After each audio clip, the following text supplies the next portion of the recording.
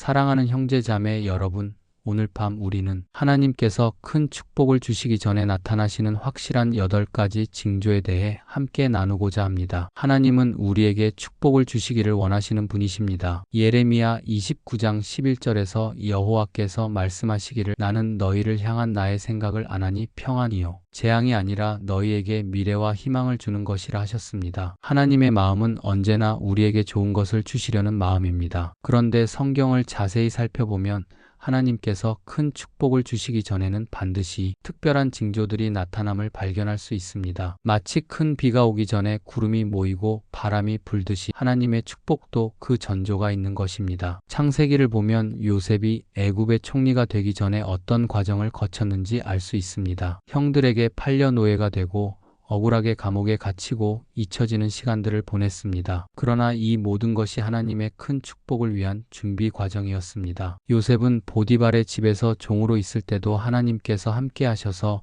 그의 손에 하는 일마다 형통하게 하셨습니다. 그리고 감옥에 있을 때도 간수장이 그를 신뢰하여 감옥의 일들을 맡겼습니다. 이는 하나님께서 그를 더 큰 책임을 감당할 수 있도록 훈련시키고 계셨던 것입니다. 다윗도 마찬가지입니다. 사무엘에게 기름 부음을 받고 이스라엘의 왕으로 선택받았지만 실제로 왕이 되기까지는 사울에게 쫓겨다니며 동굴과 광야에서 숨어 지내야 했습니다. 그 힘들고 어려운 시간들이 바로 하나님께서 그를 위대한 왕으로 준비시키시는 과정이었던 것입니다. 다윗은 아둘람 굴에서 자기에게로 모인 사람들을 다스리며 지도력을 기르고 블레셋과의 전투를 통해 군사적 능력을 갖추어 갔습니다. 또한 사울을 죽일 기회가 있었음에도 불구하고 하나님의 기름 부음받은 자를 해하지 않는 경건함을 보였습니다. 모세 역시 애굽의 왕자에서 미디안 광야의 목자가 되어 40년을 보내야 했습니다. 그 긴 침묵의 시간이 지난 후에야 하나님께서는 그를 부르셔서 이스라엘 백성을 해방시키는 위대한 지도자로 세우셨습니다. 모세가 애굽에서 자란 40년은 왕궁의 학문을 배우는 시간이었고 미디안에서의 40년은 광야의 생활과 양을 치는 목자의 심정을 배우는 시간이었습니다. 이 모든 경험이 나중에 이스라엘 백성을 40년 동안 광야에서 인도하는 데 필요한 준비 과정이었던 것입니다. 이처럼 성경의 모든 위대한 인물들은 하나님의 큰 축복을 받기 전에 특별한 징조와 과정을 거쳤습니다. 이는 우연이 아닙니다. 하나님께서는 우리에게 큰 축복을 주시기 전에 우리의 마음을 준비시키시고 그 축복을 감당할 수 있는 그릇으로 만들어 가시는 것입니다. 아브라함의 경우를 살펴보면 더욱 분명해집니다. 하나님께서 아브라함을 부르셨을 때 그는 이미 75세였습니다. 하나님께서는 그에게 큰 민족을 이루게 하겠다고 약속하셨지만 이삭이 태어나기까지는 25년이라는 긴 시간이 걸렸습니다. 그 기다림의 시간 동안 아브라함은 믿음의 훈련을 받았고 하갈을 통해 이스마엘을 낳는 실수도 범했습니다. 그러나 이 모든 과정을 통해 그는 하나님의 약속을 온전히 신뢰하는 믿음의 조상으로 준비되어 갔습니다. 야고보서 1장 2절부터 4절을 보면 내 형제들아 너희가 여러 가지 시험을 당하거든 온전히 기쁘게 여기라. 이는 너희 믿음의 시련이 인내를 만들어내는 줄 너희가 알미라.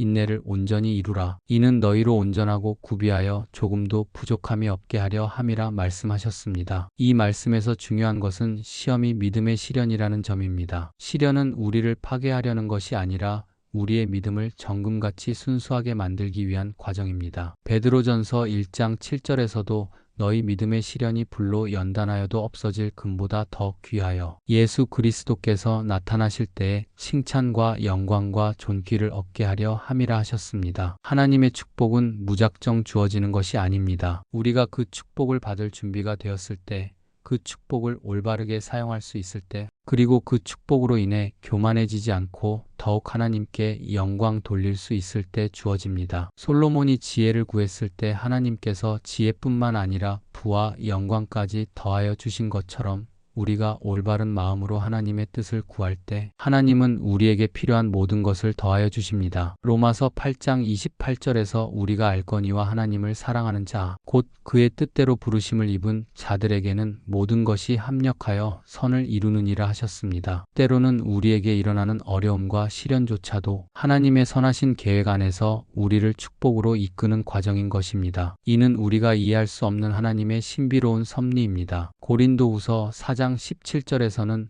우리가 잠시 받는 환난에 경한 것이 지극히 크고 영원한 영광에 중한 것을 우리에게 이루게 함이니라 하셨습니다. 지금 당신이 경험하고 있는 어려움이 바로 하나님께서 예비하신 큰 축복의 전조일 수 있습니다. 바울 사도 자신도 몸에 가시를 가지고 있었지만 그것을 통해 하나님의 은혜가 족하다는 것을 깨달았습니다. 베드로전서 5장 6절에서 그러므로 하나님의 능하신 손 아래에서 겸손하라. 때가 되면 너희를 높이시리라 하셨습니다. 하나님께서는 때가 되면 우리를 높이십니다. 그 때를 준비하는 과정에서 나타나는 징조들을 우리는 알아야 합니다. 겸손함이야말로 하나님의 축복을 받기 위한 가장 중요한 자세입니다. 이제 우리는 성경을 통해 하나님께서 큰 축복을 주시기 전에 나타나시는 8가지 확실한 징조들을 살펴볼 것입니다. 이 징조들을 통해 지금 당신이 어떤 과정에 있는지 그리고 하나님께서 어떤 축복을 준비하고 계신지를 깨달을 수 있기를 소망합니다. 시편 37편 4절에서 또 여호와를 기뻐하라.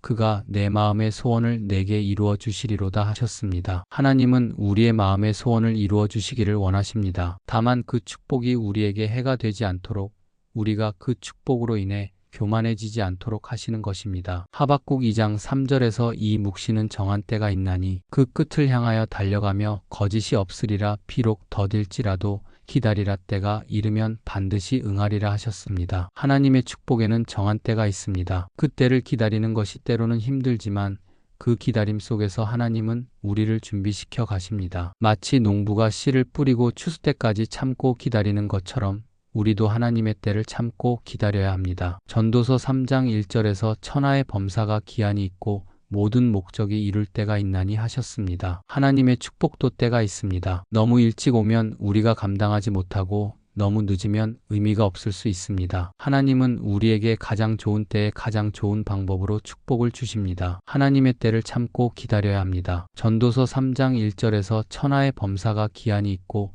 모든 목적이 이룰 때가 있나니 하셨습니다. 하나님의 축복도 때가 있습니다. 너무 일찍 오면 우리가 감당하지 못하고 너무 늦으면 의미가 없을 수 있습니다. 하나님은 우리에게 가장 좋은 때에 가장 좋은 방법으로 축복을 주십니다. 이제 하나님께서 큰 축복을 주시기 전에 나타나는 첫 번째 징조를 살펴보겠습니다. 그것은 바로 깊은 침묵의 시간입니다. 성경을 보면 하나님의 큰 역사가 일어나기 전에는 반드시 깊은 침묵의 시간이 있었습니다. 요나서를 보면 요나가 하나님의 말씀을 거역하여 다시스로 도망가다가 큰 물고기 뱃속에서 사흘 밤낮을 보냈습니다. 그 물고기 뱃속은 완전한 침묵의 공간이었습니다. 바깥 세상의 소음도 사람들의 목소리도 들리지 않는 곳이었습니다. 그런데 바로 그 침묵의 시간에 요나는 진정한 회개의 기도를 드릴 수 있었습니다. 요나서 2장에서 요나가 물고기 뱃속에서 여호와께 기도하여 이르되 내가 받는 고난 중에서 여호와께 불러 아뢰었더니 주께서 내게 대답하셨고 내가 스올의 뱃속에서 부르짖었더니 주께서 나의 음성을 들으셨나이다 하였습니다. 침묵의 시간은 하나님과 깊이 교제할 수 있는 귀한 시간입니다. 세상의 소음과 분주함에서 벗어나 오직 하나님의 음성에만 집중할 수 있는 시간이기 때문입니다. 시편 46편 10절에서 너희는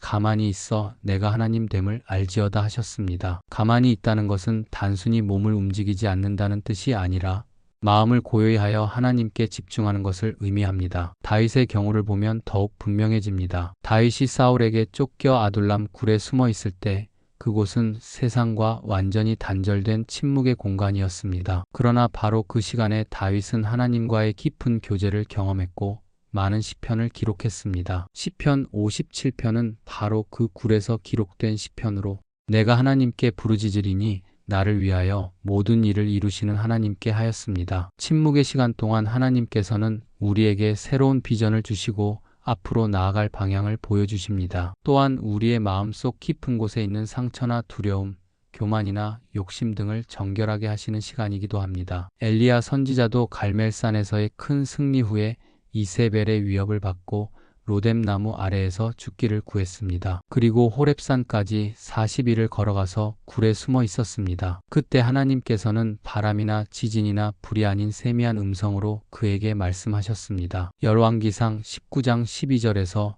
또 지진 후에 불이 있으나 불 가운데에도 여호와께서 계시지 아니하더니 불 후에 세미한 음성이 있는지라 하였습니다. 세미한 음성은 침묵 중에 들을 수 있는 음성입니다. 세상이 떠들썩할 때는 하나님의 음성을 듣기 어렵지만 깊은 침묵의 시간에는 하나님의 세미한 음성을 분명히 들을 수 있습니다. 야곱도 야복 강가에서 홀로 남겨져 하나님의 사자와 씨름한 밤이 있었습니다. 그 긴 침묵의 밤을 통해 야곱은 이스라엘로 변화되었습니다. 창세기 32장 28절에서 그가 이르되 내 이름을 다시는 야곱이라 부를 것이 아니요 이스라엘이라 부를 것이니 이는 내가 하나님과 및 사람들과 겨루어 이겼음이니라 하였습니다. 침묵의 시간은 때로는 외로움과 답답함을 가져다 줄 수 있습니다. 아무런 응답도 없는 것 같고 하나님께서 멀리 계신 것 같이 느껴질 수 있습니다. 그러나 바로 그 시간이야말로 하나님께서 우리를 깊이 만나주시고 변화시켜 주시는 귀한 시간인 것입니다. 하박국 선지자도 파수대에 올라서서 하나님의 응답을 기다렸습니다. 하박국 2장 1절에서 내가 내 파수하는 곳에 서며 성루에 서리라 그가 내게 무엇이라 말씀하실는지 기다리고 바라보며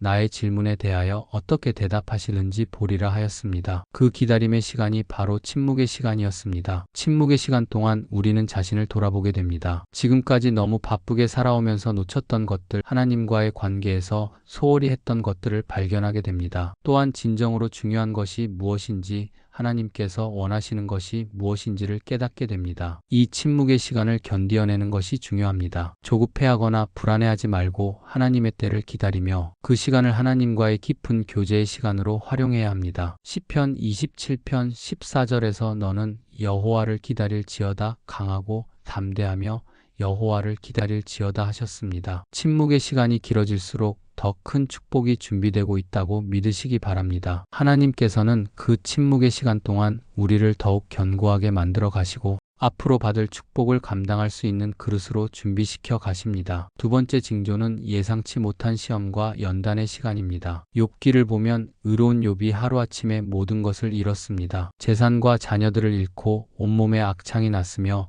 아내마저 하나님을 저주하라고 했습니다. 친구들은 그가 죄를 지었기 때문에 이런 고통을 당한다고 정죄했습니다. 그러나 욥기 마지막 장을 보면 하나님께서 욥에게 이전보다 갑절의 축복을 주셨음을 알 수 있습니다. 욥기 42장 10절에서 욥이 그의 친구들을 위하여 기도할 때 여호와께서 욥의 곤경을 돌이키시고 여호와께서 욥에게 그 전 소유보다 갑절이나 주시니라 하셨습니다. 욥의 시험은 그가 죄를 지었기 때문이 아니었습니다. 오히려 하나님께서 그를 온전한 자요 정직한 자라고 인정하셨기 때문이었습니다. 욥기 1장 8절에서 여호와께서 사탄에게 이르시되 내가 내 종 욥을 주의하여 보았느냐 그와 같이 온전하고 정직하여 하나님을 경외하며 악에서 떠난 자는 세상에 없느니라 하였습니다. 시험은 우리의 믿음을 정금같이 연단하여 더욱 순수하게 만드는 과정입니다. 베드로전서 1장 6절과 7절에서 그러므로 너희가 이제 여러 가지 시험으로 말미암아 잠깐 근심하게 되지 않을 수 없으나 너희 믿음의 시련이 불로 연단하여도 없어질 금보다 더 귀하여 예수 그리스도께서 나타나실 때에 칭찬과 영광과 존귀를 얻게 하려 함이라 하셨습니다. 아브라함도 하나님께서 약속하신 아들 이삭을 번제로 드리라는 명령을 받았습니다. 이는 인간적으로는 도저히 이해할 수 없는 시험이었습니다. 그러나 아브라함은 순종했고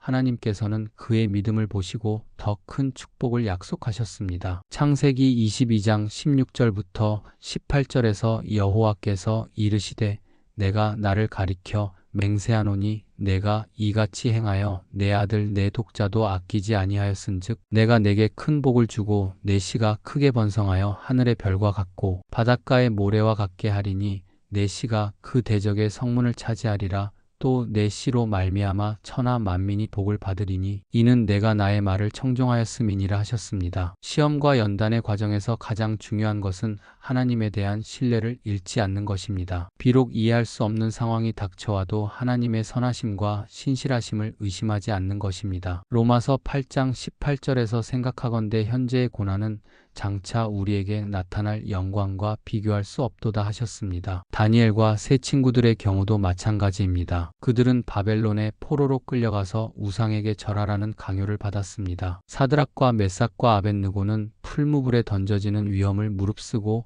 우상 숭배를 거부했습니다. 다니엘서 3장 17절과 18절에서 만일 그럴 것이면 우리가 섬기는 하나님이 우리를 극렬히 타는 풀무불 가운데에서 능히 건져내시겠고 왕의 손에서도 건져내시리라. 그렇게 하지 아니하실지라도 왕이여 우리가 왕의 신들을 섬기지도 아니하고 왕이 세우신 금 신상에게 절하지도 아니할 줄을 아옵소서 하였습니다. 결국 하나님께서는 그들을 풀무불에서 건져내셨을 뿐만 아니라 느부갓네살 왕으로 하여금 하나님을 높이는 조서를 내리게 하셨습니다. 그들의 믿음의 시험이 더 큰 하나님의 영광과 축복으로 이어진 것입니다. 다니엘 역시 다리오 왕 때에 사자굴에 던져지는 시험을 당했습니다. 그러나 그는 그 시험 중에도 하루 3번씩 기도하는 것을 멈추지 않았습니다. 하나님께서는 사자의 입을 막으셔서 다니엘을 보호하셨고 다리오 왕으로 하여금 온 나라의 다니엘의 하나님을 경외하라는 조서를 내리게 하셨습니다. 때로는 시험이 우리의 인격을 연단하기 위해 옵니다. 요셉이 보디발의 집에서 그의 아내의 유혹을 받았을 때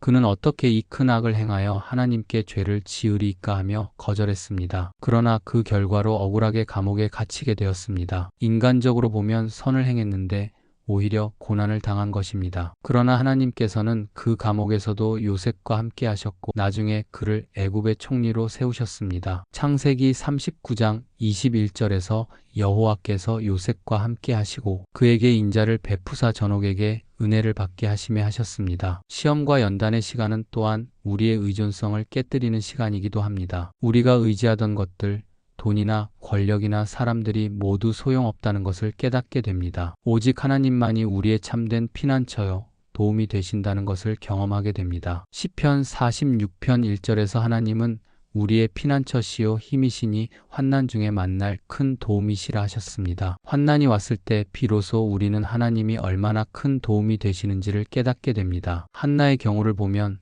그녀는 아이를 낳지 못하는 고통 중에 있었습니다. 남편 엘가나는 그녀를 사랑했지만 그의 첫 분인나는 계속해서 그녀를 괴롭혔습니다. 한나는 그 고통 중에서 하나님께 간절히 기도했고 마침내 사무엘을 낳게 되었습니다. 그리고 그 사무엘이 이스라엘의 위대한 선지자가 되었습니다. 사무엘상 1장 20절에서 한나가 임신하여 때가 이름의 아들을 낳고 사무엘이라 하였으니 이는 내가 여호와께 그를 구하였다 함이더라 하였습니다. 한나의 고통과 눈물이 결국 이스라엘을 위한 위대한 선지자를 낳는 통로가 된 것입니다. 시험과 연단을 통해 우리는 하나님의 성품을 더욱 깊이 알게 됩니다. 하나님의 신실하심, 인자하심, 전능하심을 실제로 경험하게 됩니다. 또한 우리 자신의 연약함과 한계를 인정하게 되어 더욱 겸손해집니다. 바울 사도도 몸에 가시를 가지고 있었습니다. 그는 3번이나 하나님께 그것을 제거해달라고 기도했지만 응답받지 못했습니다. 그러나 하나님께서는 내 은혜가 내게 족하도다 이는 내 능력이 약한 데서 온전하여짐이라 하셨습니다. 고린도후서 12장 9절과 10절에서 그러므로 도리어 큰 기쁨으로 내 연약함들을 자랑하리니 이는 그리스도의 능력이 내게 머물게 하려 함이라. 그러므로 내가 그리스도를 위하여 연약함들과 능욕과 궁핍과 박해와 곤고를 기뻐하노니 이는 내가 약한 그때의 강함이라 하였습니다. 3번째 징조는 과거와의 단절입니다. 하나님께서 큰 축복을 주시기 전에는 반드시 과거와의 단절이 일어납니다. 이는 새로운 단계로 나아가기 위해 반드시 필요한 과정입니다. 옛것은 지나가고 새것이 되어야 합니다. 아브라함의 경우를 보면 하나님께서 그를 부르실 때 고향과 친척과 아버지의 집을 떠나라고 하셨습니다. 창세기 12장 1절에서 여호와께서 아브람에게 이르시되 너는 너의 고향과 친척과 아버지의 집을 떠나 내가 내게 보여줄 땅으로 가라 하셨습니다. 이는 단순히 지리적인 이동만을 의미하는 것이 아닙니다. 과거의 삶의 방식, 가치관, 관계들과의 단절을 의미합니다. 아브라함은 우상을 섬기던 갈대아 우르를 떠나 하나님만을 섬기는 새로운 삶을 시작해야 했습니다. 룻의 경우도 마찬가지입니다. 남편이 죽은 후 시어머니 나오미가 고향 모압으로 돌아가라고 했을 때 룻은 결단했습니다. 룻기 1장 16절과 17절에서 룻이 이르되 내게 어머니를 떠나며 어머니를 따르지 말고 돌아가라. 강권하지 마옵소서. 어머니께서 가시는 곳에 나도 가고 어머니께서 머무시는 곳에서 나도 머물겠나이다. 어머니의 백성이 내 백성이 되고 어머니의 하나님이 내 하나님이 되시리니 어머니께서 죽으시는 곳에서 나도 죽어 거기 장사될 것이라. 만일 내가 죽는 일 외에 어머니를 떠나면 여호와께서 내게 벌을 내리시고 더 내리시기를 원하나이다 하였습니다. 룻은 자신의 고향과 민족, 종교를 모두 포기하고 나오미의 하나님을 섬기기로 결단했습니다. 그 결과 그녀는 보아스와 결혼하여 다윗의 증조할머니가 되는 축복을 받았습니다. 모세도 애굽 왕자의 신분을 포기하고 히브리 백성들과 함께하기를 선택했습니다. 히브리서 11장 24절부터 26절에서 믿음으로 모세는 장성하여 바로의 공주의 아들이라 칭함을 거부하고 도리어 하나님의 백성과 함께 고난받기를 잠시 죄악의 낙을 누리는 것보다 더 좋아하고 그리스도를 위하여 받는 능욕을 애굽의 모든 보화보다 더 큰 재물로 여겼으니 이는 상 주심을 바라봄이라 하였습니다. 때로는 우리가 의지하던 관계들도 변화하게 됩니다. 예수님께서도 공생애를 시작하실 때 가족들로부터 오해를 받으셨습니다. 마가복음 3장 21절에서 예수의 가족들이 듣고 그를 붙들러 나오니 이는 그가 미쳤다 하밀러라 하였습니다. 그러나 예수님은 하늘 아버지의 뜻을 행하는 일을 우선으로 삼으셨습니다. 베드로와 안드레, 야고보와 요한도 예수님의 부르심을 받았을 때 그물과 배를 버려두고 즉시 따랐습니다. 마태복음 4장 20절과 22절에서 그들이 곧 그물을 버려두고 예수를 따르니라.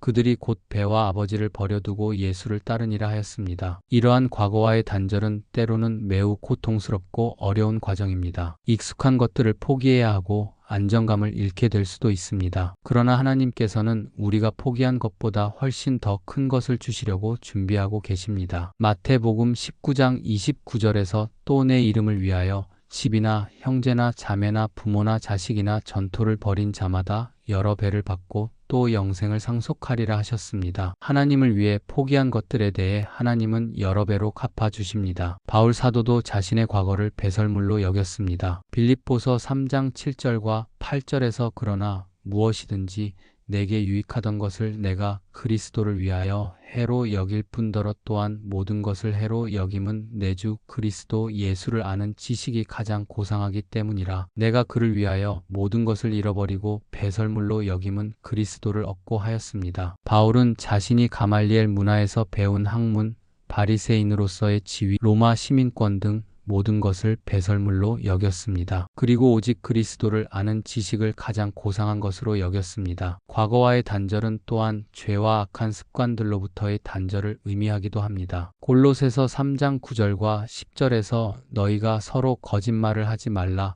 옛 사람과 그 행위를 벗어버리고 새 사람을 입었으니 이는 자기를 창조하신 이의 형상을 따라 지식에까지 새롭게 하심을 입는 자니라 하였습니다. 사도행전에서 에베소의 마술사들이 회개했을 때 그들의 마술책들을 불사른 사건이 있습니다. 사도행전 19장 19절에서 또 마술을 행하던 많은 사람이 그 책을 모아 가지고 와서 모든 사람 앞에서 불사르니 그 책값을 계산한 즉 은 5만 게더라 하였습니다. 그들은 과거의 죄악된 생활과 완전히 단절하는 결단을 했습니다. 때로는 과거에 우리를 정죄하던 기억들로부터의 해방도 일어납니다. 이사야 43장 18절과 19절에서 너희는 이전 일을 기억하지 말며 옛적 일을 생각하지 말라. 보라 내가 새 일을 행하리니 이제 나타낼 것이라. 너희가 그것을 알지 못하겠느냐. 정령이 내가 광야의 길을 사막의 강을 내리라 하셨습니다. 하나님께서는 우리의 과거를 기억하지도 말라고 하십니다. 과거의 실패나 상처에 얽매여 있지 말고 하나님이 행하시는 새 일에 집중하라고 하십니다. 고린도후서 5장 17절에서 그런즉 누구든지 그리스도 안에 있으면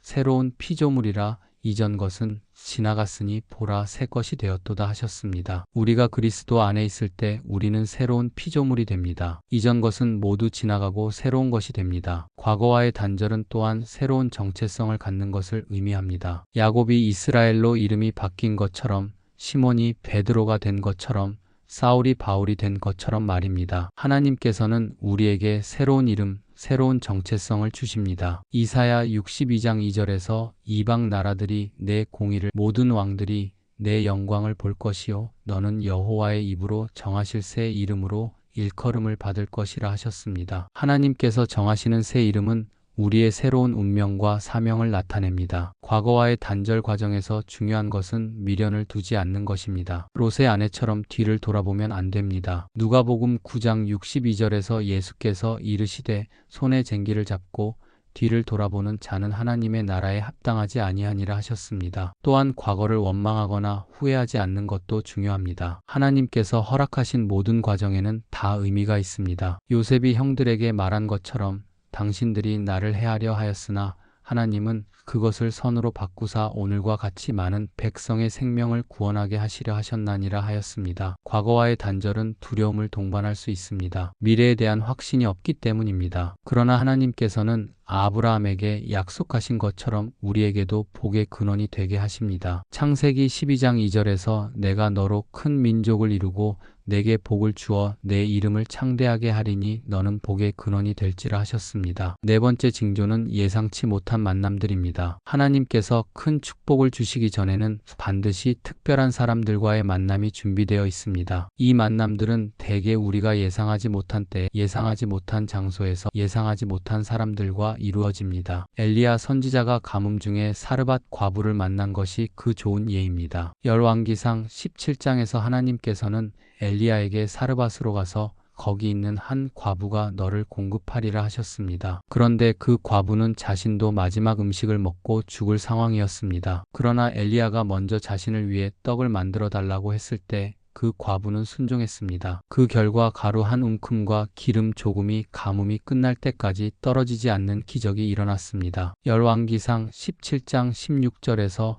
여호와께서 엘리야를 통하여 하신 말씀과 같이 통에 가루가 떨어지지 아니하고 병에 기름이 없어지지 아니하니라 하였습니다. 이 사건은 하나님께서 예비하신 만남이 얼마나 놀라운지를 보여줍니다. 엘리야는 가뭄 중에 굶주릴 위험에 처했지만 하나님께서는 그가 예상하지 못한 곳에서 예상하지 못한 사람을 통해 공급하셨습니다. 그 과부도 마찬가지로 자신의 마지막 음식을 나누었지만 그 순종이 오히려 더 큰 축복의 통로가 되었습니다. 빌립 집사가 에디오피아 내시를 만난 사건도 그러합니다. 사도행전 8장을 보면 빌립이 사마리아에서 큰 부흥을 일으키고 있을 때 하나님의 사자가 그에게 남쪽 길로 가라고 하셨습니다. 인간적으로는 부흥이 일어나는 곳을 떠나는 것이 이해되지 않았을 것입니다. 그러나 그 광야 길에서 빌립은 에디오피아 내시를 만나게 되었고 그를 통해 아프리카의 복음이 전해지는 역사적인 순간이 시작되었습니다. 사도행전 8장 26절부터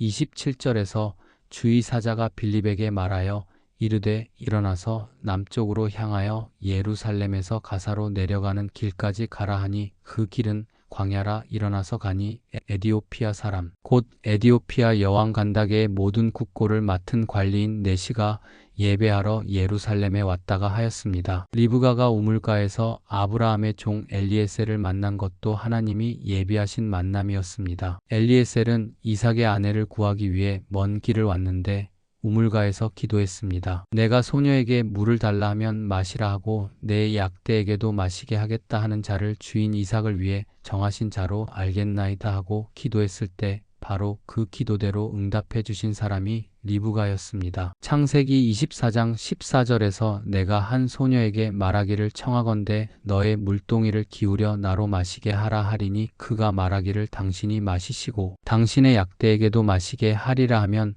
그가 곧 주께서 주의 종 이삭을 위하여 정하신 자라.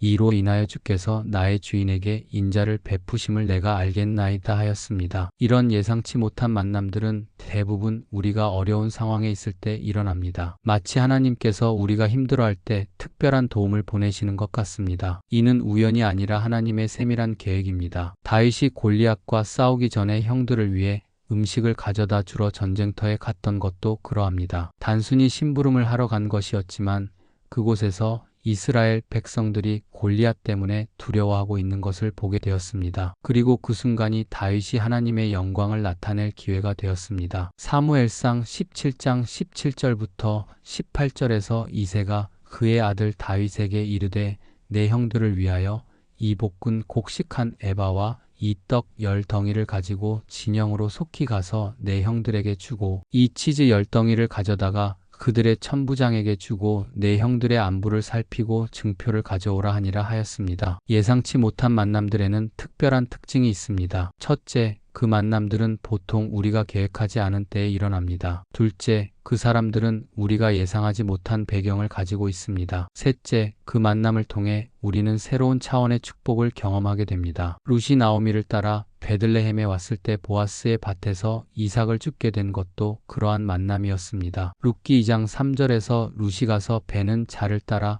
밭에서 이삭을 줍는데 우연히 엘리멜렉의 친족 보아스에게 속한 밭에 이르렀더라 하였습니다. 여기서 우연이라고 기록되어 있지만 이는 하나님의 섭리였습니다. 그 만남을 통해 룻은 보아스와 결혼하게 되었고 다윗의 증조할머니가 되는 축복을 받았습니다. 바울이 루디아를 만난 것도 예상치 못한 만남이었습니다. 바울이 아시아로 가려 했지만 성령께서 막으시고 마게도냐로 가게 하셨습니다. 빌립보에서 기도하는 곳을 찾다가 강가에서 모인 여자들을 만났는데 그 중에 루디아가 있었습니다. 루디아는 자주 장사로 하나님을 경외하는 여자였는데 하나님께서 그의 마음을 열어 바울의 말을 청종하게 하셨습니다. 사도행전 16장 14절에서 두아디라 시의 자주 장사로서 하나님을 경외하는 루디아라 하는 한 여자가 들었는데 주께서 그 마음을 열어 바울의 말을 청종하게 하신지라 하였습니다. 이런 만남들을 통해 우리는 하나님께서 우리의 인생을 얼마나 세밀하게 계획하고 계신지를 알 수 있습니다. 우리가 보기에는 우연처럼 보이는 만남들도 모두 하나님의 계획 안에 있는 것입니다. 잠언 16장 9절에서 사람이 마음으로 자기의 길을 계획할지라도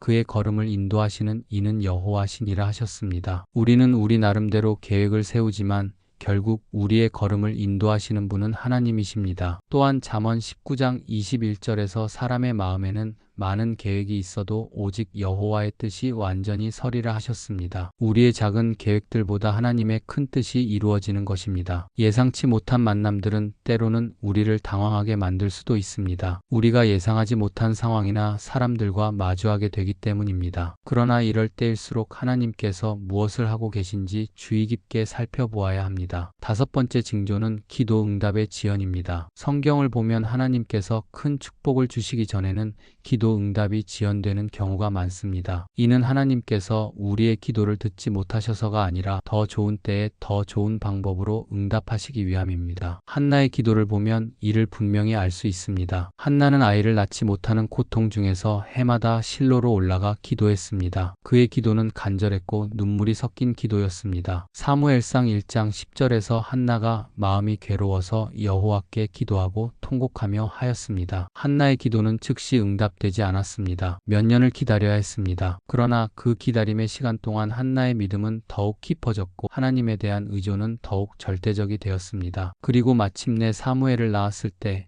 그는 단순히 아들을 얻는 기쁨을 넘어서서 이스라엘을 위한 위대한 선지자를 낳는 축복을 받았습니다. 다니엘의 21일 금식 기도도 마찬가지입니다. 다니엘서 10장을 보면 다니엘이 깨달음을 얻기 위해 21일 동안 금식하며 기도했습니다. 그런데 천사가 나타나서 말하기를 내가 기도를 시작한 첫날부터 하나님께서 들으셨지만 바사국 군주가 21일 동안 막았다고 했습니다. 다니엘서 10장 12절부터 13절에서 그가 내게 이르되 다니엘아 두려워하지 말라 내가 깨달으려 하여 내 하나님 앞에 스스로 겸비하게 하기로 결심하던 첫날부터 내 말이 들으신 바 되었으므로 내가 내 말로 말미암아 왔느니라. 그런데 바사국 군주가 21일 동안 나를 막았으므로 내가 거기 바사국 왕들과 함께 머물러 있더니 군주 중 하나인 미가엘이 와서 나를 도와줌으로 하였습니다. 이는 기도 응답의 지연이 하나님의 무관심이나 무능함 때문이 아니라 영적 세계에서 일어나는 전쟁과 하나님의 더 큰 계획 때문임을 보여줍니다. 아브라함과 사라의 경우도 마찬가지입니다. 하나님께서 아브라함에게 후손을 주시겠다고 약속하셨지만 이삭이 태어나기까지는 25년이라는 긴 시간이 걸렸습니다. 그 기다림의 시간 동안 아브라함의 믿음은 여러 번 흔들렸습니다. 하갈을 통해 이스마엘을 낳으려고 시도하기도 했습니다. 그러나 하나님께서는 정하신 때에 약속을 이루셨습니다. 창세기 21장 1절과 2절에서 여호와께서 그가 말씀하신 대로 사라를 돌보셨고 여호와께서 그가 말씀하신 대로 사라에게 행하셨으므로 사라가 임신하고 하나님이 말씀하신 시기에 늙은 아브라함에게 아들을 낳으니라 하였습니다. 하나님의 때가 사람의 때와 다르다는 것을 보여주는 말씀입니다. 베드로후서 3장 8절에서 사랑하는 자들아 주께는 하루가 1000년 같고 1000년이 하루 같다는 이 한 가지를 잊지 말라 하셨습니다. 기도 응답의 지연 기간 동안 우리는 여러 가지를 배우게 됩니다. 첫째는 인내입니다. 야고보서 1장 3절과 4절에서 이는 너희 믿음의 시련이 인내를 만들어 내는 줄 너희가 알미라. 인내를 온전히 이루라. 이는 너희로 온전하고 구비하여 조금도 부족함이 없게 하려 함이라 하셨습니다. 둘째는 하나님께 대한 더 깊은 의존입니다. 우리 자신의 힘으로는 아무것도 할 수 없다는 것을 깨닫게 됩니다. 시편 62편 1절에서 나의 영혼이 잠잠히 하나님만 바라며 나의 구원이 그에게서 나오는도다 하였습니다. 셋째는 하나님의 뜻에 대한 더 깊은 이해입니다. 처음에는 우리가 원하는 것을 구하지만 기다리는 동안 하나님께서 정말로 원하시는 것이 무엇인지를 깨닫게 됩니다. 예수님께서도 겟세마네 동산에서 기도하실 때 아버지여 만일 할만하시거든 이 잔을 내게서 지나가게 하옵소서 그러나 나의 원대로 마시옵고 아버지의 원대로 하옵소서 하셨습니다. 마태복음 26장 39절의 말씀입니다. 모세가 가나안 땅에 들어가게 해달라고 기도했을 때도 하나님께서는 그 기도를 허락하지 않으셨습니다. 신명기 3장 25절과 26절에서 구하옵나니 나로 건너가서 요단 저쪽의 아름다운 땅 아름다운 산과 레바논을 보게 하옵소서 하였으나 여호와께서 너희로 말미암아 내게 진노하사 내 말을 듣지 아니하시고 내게 이르시되 그만해도 족하니 이 일로 다시 내게 말하지 말라 하였습니다. 그러나 후에 변화산에서 모세는 예수님과 함께 나타나 영광 중에 약속의 땅을 보게 되었습니다. 하나님의 응답은 모세의 기대를 훨씬 뛰어넘는 것이었습니다. 바울 사도의 가시 기도도 마찬가지입니다. 바울은 몸에 있는 가시를 제거해달라고 3번이나 기도했지만 하나님께서는 그 기도를 들어주지 않으셨습니다. 대신 내 은혜가 내게 족하도다 이는 내 능력이 약한 데서 온전하여짐이라 하셨습니다. 고린도후서 12장 9절에서 그러므로 도리어 큰 기쁨으로 내 연약함들을 자랑하리니 이는 그리스도의 능력이 내게 머물게 하려 함이라 하였습니다. 바울은 나중에 자신의 연약함이 오히려 하나님의 능력을 나타내는 통로가 된다는 것을 깨달았습니다. 기도 응답의 지연은 때로는 우리의 동기를 순수하게 만드는 과정이기도 합니다. 처음에는 자기 유익을 위해 기도하지만 기다리는 동안 하나님의 영광을 위해 기도하게 됩니다. 시편 37편 4절에서 또 여호와를 기뻐하라 그가 내 마음의 소원을 내게 이루어 주시리로다 하셨는데 여기서 중요한 것은 먼저 여호와를 기뻐하는 것입니다. 하나님을 기뻐할 때 우리의 마음의 소원도 하나님의 뜻과 일치하게 됩니다. 6번째 징조는 내적 평안의 경험입니다. 큰 축복이 오기 전에는 외적으로는 여전히 어려운 상황이지만 마음 깊은 곳에서는 설명할 수 없는 평안을 경험하게 됩니다. 이는 세상이 주는 평안과는 다른 하나님께서 주시는 평안입니다. 바울과 실라가 빌립보 감옥에 갇혔을 때의 상황을 보면 이를 알 수 있습니다. 그들은 매를 맞고 발에 착고가 채워진 채 깊은 옥에 갇혔습니다. 인간적으로는 절망적인 상황이었습니다. 그런데 그들은 밤중에 기도하고 하나님을 찬송했습니다. 사도행전 16장 25절에서 밤중쯤 되어 바울과 실라가 기도하고 하나님을 찬송함에 죄수들이 듣더라 하였습니다. 이는 외적 상황과 상관없이 그들의 마음에 하나님의 평안이 있었기 때문입니다. 다니엘이 사자굴에 던져졌을 때도 마찬가지였습니다. 사자굴이라는 절망적인 상황에서도 다니엘은 평안을 유지했습니다. 다니엘서 6장 22절에서 나의 하나님이 이미 그의 천사를 보내어 사자들의 입을 봉하셨으므로 사자들이 나를 상해하지 못하였사오니 이는 나의 무죄함이 그 앞에 명백함이오며 또 왕이여 나는 왕에게도 해를 끼치지 아니하였나이다 하였습니다. 다니엘의 이 말에서 그의 마음에 있던 평안을 느낄 수 있습니다. 죽음의 위험 앞에서도 하나님에 대한 신뢰와 평안을 잃지 않았습니다. 다윗도 시편 23편에서 내가 사망의 음침한 골짜기로 다닐지라도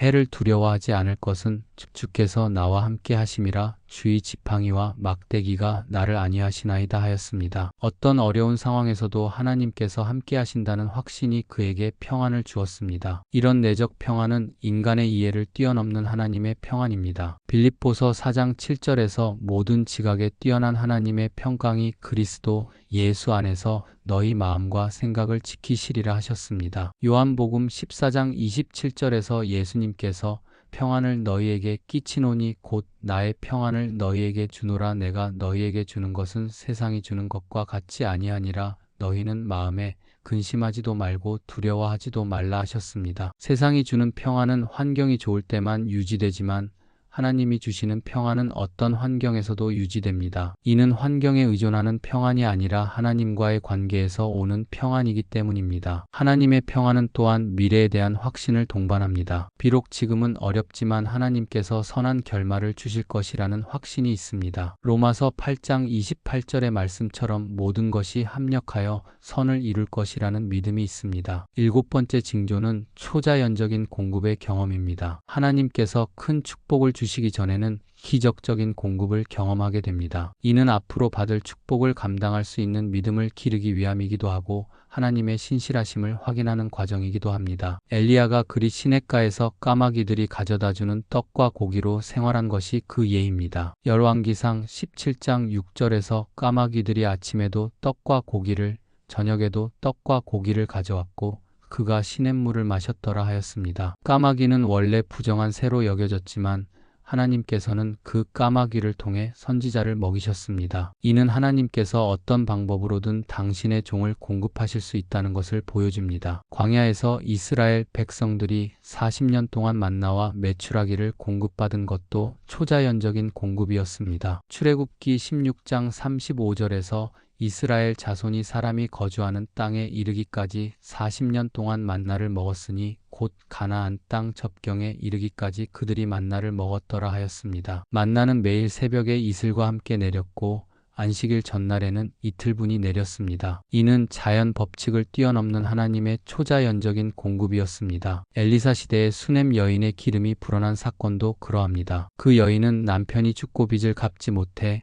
아들들을 종으로 보내야 할 위기에 처했습니다. 그런데 엘리사의 말대로 집에 있던 기름 한 그릇이 많은 그릇을 가득 채울 때까지 떨어지지 않았습니다. 열왕기하 4장 6절과 7절에서 그릇에 다 찬지라 여인이 아들에게 이르되 또 그릇을 내게로 가져오라 하니 아들이 이르되 다른 그릇이 없나이다 하니 기름이 곧 그쳤더라. 그 여인이 하나님의 사람에게 나아가서 말하니 그가 이르되 너는 가서 기름을 팔아 빚을 갚고 남은 것으로 너와 내 아들들이 생활하라 하였습니다. 예수님께서 5,000명을 먹이신 사건도 초자연적인 공급의 대표적인 예입니다. 보리떡 5개와 물고기 2마리로 5,000명이 배불리 먹고도 12광주리가 남았습니다. 마태복음 14장 20절에서 다 배불리 먹고 남은 조각을 12바구니에 차게 거두었더라 하였습니다. 이런 초자연적인 공급들은 하나님께서 무에서 유를 창조하실 수 있는 분이심을 보여줍니다. 또한 하나님께는 불가능이 없다는 것을 확인시켜줍니다. 초자연적인 공급은 때로는 사람을 통해서도 일어납니다. 예상하지 못한 사람이 예상하지 못한 때에 도움을 제공하는 것입니다. 이는 하나님께서 모든 사람의 마음을 주관하시기 때문입니다. 여덟 번째이자 마지막 징조는 새로운 비전과 꿈의 경험입니다. 하나님께서 큰 축복을 주시기 직전에는 새로운 비전이나 꿈,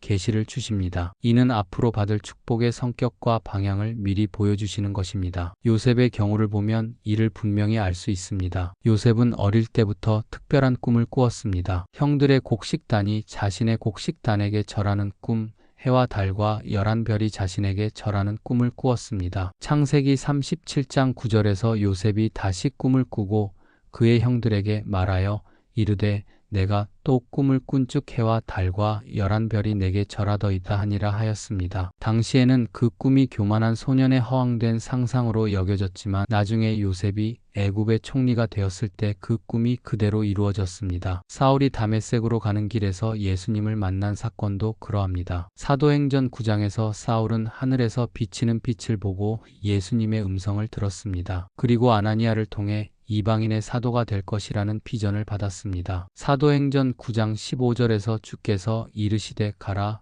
이 사람은 내 이름을 이방인과 임금들과 이스라엘 자손들에게 전하기 위하여 택한 나의 그릇이라 하였습니다. 이 비전이 바울의 인생을 완전히 바꾸어 놓았습니다. 그는 그리스도를 핍박하던 자에서 그리스도의 복음을 전하는 위대한 사도가 되었습니다. 기드온도 천사로부터 새로운 비전을 받았습니다. 사사기 6장에서 기드온이 포도주 틀에서 밀을 타작하고 있을 때 여호와의 사자가 나타나서 큰 용사여 여호와께서 너와 함께 계시도다 하였습니다. 사사기 6장 12절입니다. 기드온은 자신을 가장 작은 자라고 생각했지만 하나님께서는 그를 통해 미디안을 물리치고 이스라엘을 구원하실 계획을 가지고 계셨습니다. 그 비전이 기드온을 위대한 사사로 만들었습니다. 스가랴 선지자도 여러 환상을 통해 하나님의 계획을 보았습니다. 금 촛대와 두 감람나무, 날아가는 두루마리, 에바통 등의 환상을 통해 하나님께서 이스라엘 백성을 회복시키실 계획을 미리 보여주셨습니다. 에스겔 선지자는 마른 뼈들이 살아나는 환상을 보았습니다. 에스겔 37장에서 골짜기에 가득한 마른 뼈들이 하나님의 말씀으로 살과 힘줄이 붙고 살아나는 환상을 보았습니다. 이는 절망적으로 보이는 이스라엘이 다시 회복될 것이라는 희망의 비전이었습니다. 새로운 비전과 꿈은 우리에게 미래에 대한 확신을 줍니다. 비록 현재 상황은 어렵더라도 하나님께서 예비하신 미래가 있다는 것을 알게 해줍니다. 또한 그 비전은 우리가 어떤 방향으로 나아가야 할지를 보여줍니다. 중요한 것은 그 비전이 하나님으로부터 온 것인지를 분별하는 것입니다. 하나님께서 주시는 비전은 항상 하나님의 영광을 위한 것이며 다른 사람들에게도 유익이 되는 것입니다. 또한 그 비전을 실현하기 위해서는 순종과 인내가 필요합니다. 요셉의 꿈이 실현되기까지는 오랜 시간이 걸렸고 그 과정에서 많은 고난을 겪어야 했습니다. 그러나 그는 끝까지 하나님을 신뢰했고 결국 그 꿈이 이루어지는 것을 보았습니다. 사랑하는 성도 여러분, 지금까지 우리는 하나님께서 큰 축복을 주시기 전에 나타나시는 8가지 확실한 징조들을 살펴보았습니다. 깊은 침묵의 시간, 예상치 못한 시험과 연단, 과거와의 단절, 예상치 못한 만남들, 기도 응답의 지연, 내적 평안의 경험, 초자연적인 공급, 그리고 새로운 비전과 꿈의 경험입니다. 혹시 지금 당신이 이런 징조들 중 하나 이상을 경험하고 계시다면 하나님께서 당신에게 큰 축복을 준비하고 계실 가능성이 높습니다. 조급해하지 마시고 하나님의 때를 기다리시기 바랍니다. 또한 이 과정을 통해 하나님께서 원하시는 것이 무엇인지를 깨달으시고 그 축복을 받을 준비를 하시기 바랍니다. 겸손한 마음으로 하나님께 순종하며 다른 사람들에게도 축복이 될 수 있는 그릇으로 준비되시기를 소망합니다. 하나님의 축복은 반드시 옵니다. 그 축복을 받기 위해 오늘 밤도 하나님과 깊이 교제하시며 그분의 음성에 귀를 기울이시기 바랍니다. 하나님께서 여러분의 삶에 놀라운 축복을 부어주시기를 간절히 기도합니다. 아멘.